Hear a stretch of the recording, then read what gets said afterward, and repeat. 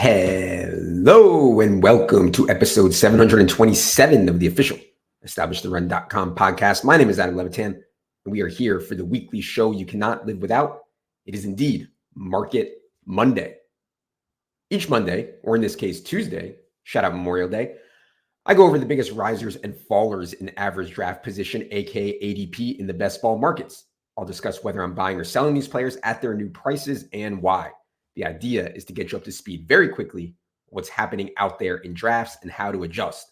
Remember that if you are a best ball subscriber at ETR, it's just $39.99, by the way. You have access to all our continuously updated best ball rankings. We're covering 5 sites right now: context, live streams, strategy articles, and lots more. Not the hot takes, not the loud nonsense, just the stuff you need to actually compete and win in the best ball streets at the highest level. All right. Let's begin with the best ball risers from the last 7 days. First one I want to talk about is Blake Corum. Blake Corum is up 5.4 spots into the middle of the 11th round on Underdog. This rise is stemming from the news that Kyren Williams will miss OTAs due to what Sean McVay described as a little foot issue.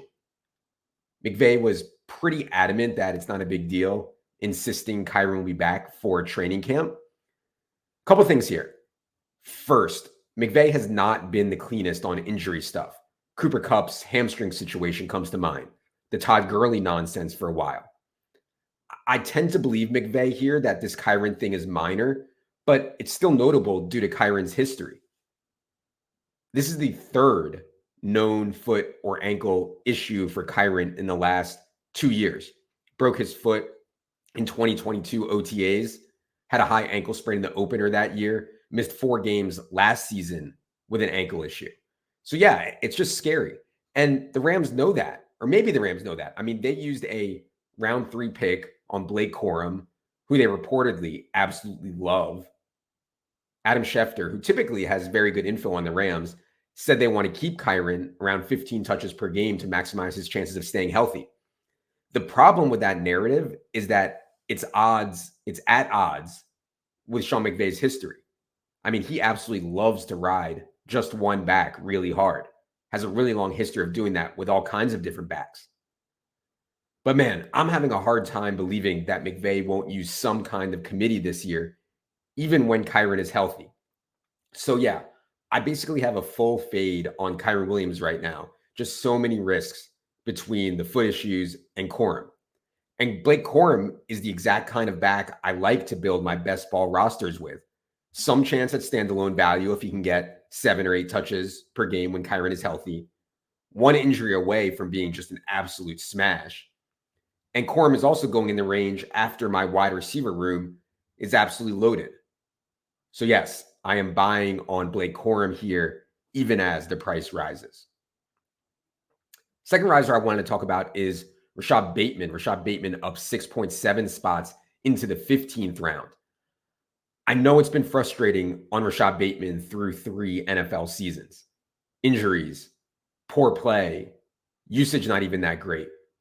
But the Ravens have shown some real belief in him this offseason. Odell Beckham is gone. They only use 1 draft pick at wide receiver. It's a round 4 on Devontae Walker. They extended Bateman's contract through 2026 when they didn't have to. I do think it's important that Bateman gets on the field in 2 wide receiver sets because the Ravens run so many of those and throw rate is so low anyways. So he has to beat out Nelson Agholor. I do think he will, though, which is one of the reasons I've really been targeting Bateman on teams I have Lamar Jackson. Bateman is still so cheap. In the 15th round, I'm looking for stack partners that can have some huge games, and I do think Bateman fits that pretty well. The other thing about Raven stacks is it can be tough to get the alpha. You know, taking Zay Flowers doesn't stop opponents from taking Lamar Jackson. And people take Mark Andrews without Lamar also.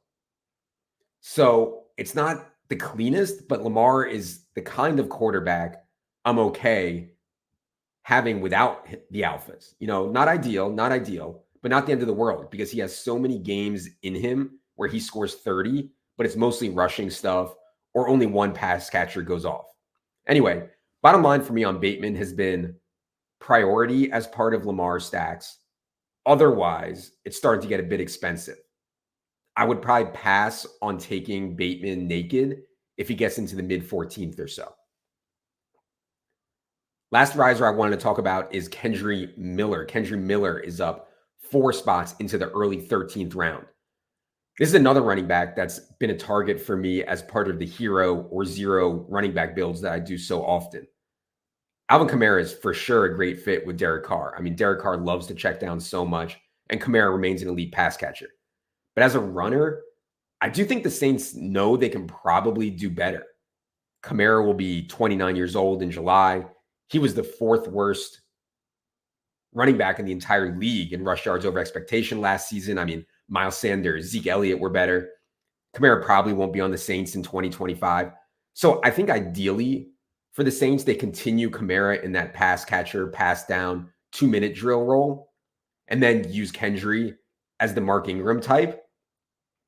That assumes, of course, that my close personal Instagram friend, Jamal Williams, the gyrating one, the thrusting one, the president of Team Sex one, is completely dusted. And maybe that's a bad assumption, as coaches always love that dude. But for now, here in late May, I'm willing to gamble on Kendry playing his way into a real standalone role right out of the gate with upside for more. So on teams, I'm taking a lot of running back shots. You know, I'm taking 6 or maybe even 7 running backs. On zero RB teams, I like including Kendry Miller in those, even as his price rises. All right, let's get to this week's fallers. First faller is JJ McCarthy. He is down 7.7 spots down into the 16th round on Underdog.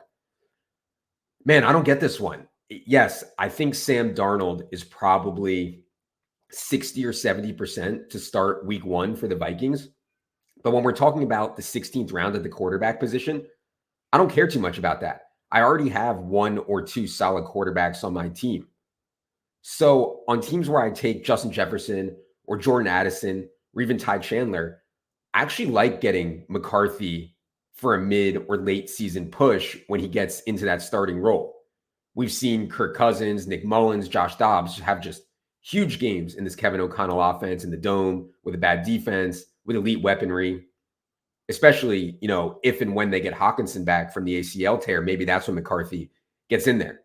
So it's just odd to me that McCarthy's ADP would be falling, because I think generally one of the biggest shifts in season long and best ball drafting has been people understanding early season projectable volume isn't all that valuable. I couldn't care less if McCarthy gives me nothing for the first month or 6 weeks of the season. That's before buys and injury Armageddon, etc. So McCarthy going nuts with Justin Jefferson and Jordan Addison in a week 17 home game against the Packers, that's certainly possible. Second faller is J.K. Dobbins. J.K. Dobbins down 4.8 spots, now going in the middle of round 15 on Underdog. I'm just shocked that J.K. Dobbins was ever going in round 14. I mean, this guy has played in a total of 9 games over the last 3 seasons due to really horrific knee and Achilles injuries on the same leg. The chances that J.K. Dobbins is just totally dusted, sadly, I think those chances are higher than him hitting as a round 15 pick here, which is sad because he's for sure a talented dude. But gosh, man, ACL, MCL, LCL, meniscus, Achilles all on the same leg. Even when he came back for a stretch in the 2022 season, he was dragging that leg around. And it's also sad because if Dobbins was healthy, he'd be a smash in this Chargers setup with Harbaugh and Greg Roman and all the offensive line investments. So I get that it's May and Dobbins and the team are spewing optimism on his health. He's going to have to prove it to me, especially this early in the process when I'm trying hard not to take zeros late in the season. If I want a running back in that range where Dobbins is going, give me Tyler Algier, give me Antonio Gibson. I'd even rather take a shot on Bucky Irving. Last faller to mention here is AD Mitchell. AD Mitchell is down 3.2 spots on DraftKings, now going in the middle of the 11th. Man, this is a tough one. So it's really hard to get there on AD Mitchell from a projection standpoint. You know, we have Anthony Richardson, who was really shaky as a thrower before he got hurt last year. We have Anthony Richardson and Jonathan Taylor combining for a high projected run rate and a high projected run rate around the goal line as well. And then we have an absolute target hog off the RPO stuff that they're going to run in Michael Pittman. And Josh Downs showed he can play last year. And then we have Mitchell himself. I think he's going to be a really good NFL player, but the truth is no one knows. And yeah, maybe the offseason stuff mattered, but the bottom line is Mitchell was the 11th wide receiver off the board in the NFL draft. You know, the NFL repeatedly not waived him. So yeah, it's tough because I'm taking Anthony Richardson a ton, and I do want him stacked. If he really goes nuclear, he's going to take a step forward as a passer, a la Jalen Hurts. But at the same time, the thirst for rookies and the thirst for wide receivers has Mitchell in a spot where it's just really hard to take him. You know, sometimes I do as part of Anthony Richardson stacks, but where he's going here, just never Anthony Richardson naked. All right, that is going to do it for this week's Market Monday. Thank you all for listening. If you haven't subscribed to the Establish the Run podcast, be sure you are by searching for it anywhere podcasts are found. Also, be sure you're following me on Twitter for a ton more player takes at Adam Levitan. And be sure to subscribe to our YouTube. It's free, and there's a ton of content on there that doesn't hit this pod feed. For producer Luke, for editor Jackson, I am Adam. Good luck, everybody.